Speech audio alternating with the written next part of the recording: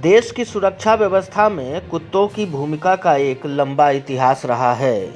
चाहे देश की आंतरिक सुरक्षा व्यवस्था हो या बाहरी सुरक्षा व्यवस्था, कुत्तों की भूमिका बेहद ही अहम होती है।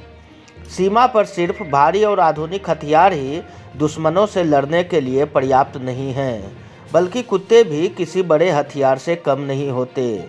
इसी को देखते हुए आईटीबीपी का भी अपना डॉग स्क्वाड है, जिसमें 16 नए कुत्तों को शामिल किया गया है। आईटीबीपी के कॉम्बैट यूनिट K9S में बुधवार को 16 नए डॉग मेंबर्स को शामिल किया गया।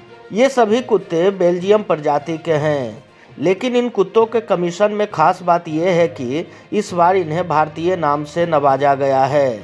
ऐसा पहली बार हुआ है कि इन कुत्तों को भारतीय और लद्दाख क्षेत्र के प्रचलित नाम दिए गए हैं। एक डॉग का नाम गलवान तो किसी का सुल्तान और श्योक रखा गया है। इससे पहले इन्हें अंग्रेजी नाम दिए जाते थे।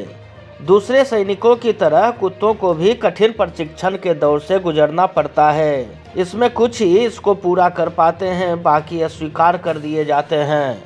These 17 pups have been bred and reared at the National Training Center for Dogs, ITBP BTC Bhanu, and this is a special Namkaran ceremony that we have organized, and we have named our dogs on the places of our deployment as a crisp salute to our troops that are deployed in blood freezing, bone numbing, high altitude terrain.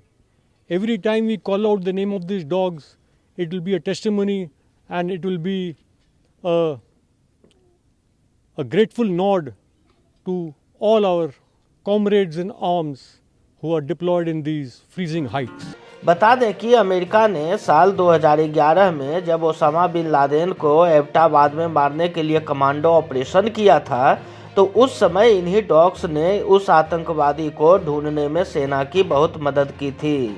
इसलिए Belgium dogs की इस breed को Osama hunters भी कहा जाता है।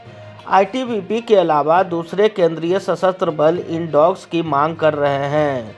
उनका कहना है कि इन्हें सेना में शामिल करने से सेवाओं को और बेहतर बनाने में मदद मिलेगी। इनकी ब्रीडिंग के लिए तकनीक की मदद ली जा रही है। गृह मंत्रालय के निर्देश पर इन्हें दूसरे बलों में भी दिया जाएगा। इस खबर में फिलहाल इतना ही। तमाम अपडेट्स के लिए बने रहिए वन इंडिया के साथ।